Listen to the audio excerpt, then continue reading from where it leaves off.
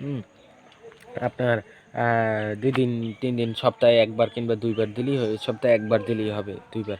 তো এই আম্বুল গাছের কলম বের হতে কিন্তু আপনার ১ মাস সময় লাগে, ঠিক আছে? বেশি সময় লাগে না। হ্যাঁ? তো এই ১ মাস পর আপনি যখন পলিথিনটাকে যখন সরাবেন তখনই দেখতে পারবেন যে আম্বুল গাছটার এই যে ডালপালাগুলো, মানে ওখান থেকে শিকড় বের হয়ে গিয়েছে। হুম? মানে ওইখান থেকে শিকড় বের হবে আর আপনার গাছটাও খুব সুন্দর হয়ে বড় হবে, ঠিক আছে? মানে গাছটা অনেক বড় হয়ে যাবে। তো মানে এই যে আম্বুল যে গাছটা, ঠিক আছে? এই আম্বুল গাছটার মানে ওই শিকড়ের নিচ থেকে আপনি কেটে নিয়ে আসবেন, হ্যাঁ? শিকড়টা দেখা যায় যে শিকড়ের ঠিক ৪ আঙ্গুল কিংবা ৩ আঙ্গুল নিচ থেকে আপনি কেটে দেবেন গাছটাকে, মানে ডালটাকে।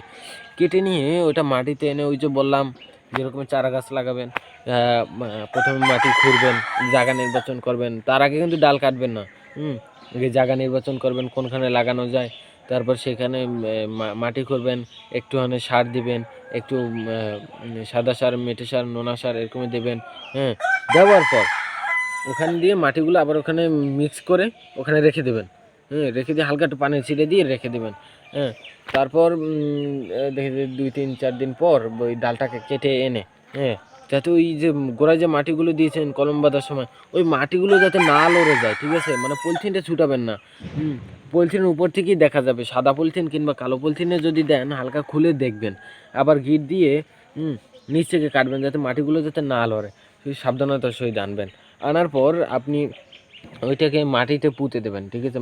মানে এই যেখানে লাগাবেন সেখানে ধারে এনে কেটে সাবধানের সহিত ধীরে করে লাগিয়ে চারপাশ দিয়ে ডাল দিয়ে, হ্যাঁ? একজনের হয়তো কষ্ট হবে, ২ জনের সাহায্য নিলে অনেক সহজে গাছটার ক্ষতি হবে না। তো ২ জনে মিলে ধরে ২ পাশ দিয়ে তারপর দিতে হবে, ঠিক আছে?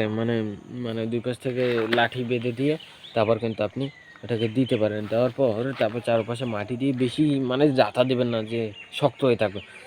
হালকা আলতো করে মাটিগুলো সরিয়ে ওখানে গাছটা পুঁতে লাঠি বেঁধে দেবেন। তারপর ওই মাটিগুলো দিয়ে দেবেন, হ্যাঁ? দেওয়ার পর বেশি একটা চাপ দেবেন না জোরে। হালকা, হালকা মানে উপরে দিয়ে পানির ছিটা দিয়ে দেবেন। পানি দিয়ে দেবেন ওটার গোড়ায়, হ্যাঁ? বেশি পরিমাণ না। হুম? মানে মাটিটা যাতে হালকা, হালকা ভিজে, ভিজে থাকে, হ্যাঁ? আর ওকে পেরিকাদা বানাই ফেলবেন না যে পানি দিয়ে দিলাম আর ১ মাসেও আর পানি দেব না, ঠিক আছে? তো পানি দিয়ে রেখে দেবেন আর চারপাশে বেড়া দেবেন। আর খেয়াল রাখবেন যে গাছটা বাতাসে ঢেলে পড়ে গেল কিনা, মানে ঢেলে গেল কিনা, একদিকে ঢলে গেছে নাকি, আর গাছটা মরে গেছে কিনা সেদিক খেয়াল রাখতে হবে, ঠিক আছে? গরু ছাগলে খেয়েছে কিনা। হুম?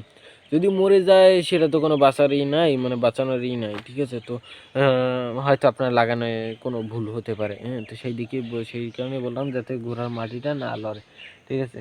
আর আম্বুল গাছের কলম ১ মাসের আগে খোলার দরকার নেই। কারণ ১ মাস হয়ে গেলে ওটা থেকে ভালো এমনকি প্রচুর পরিমাণে শিকড় বের হয়ে যাবে। সেটা থেকে কোনো সমস্যা নেই।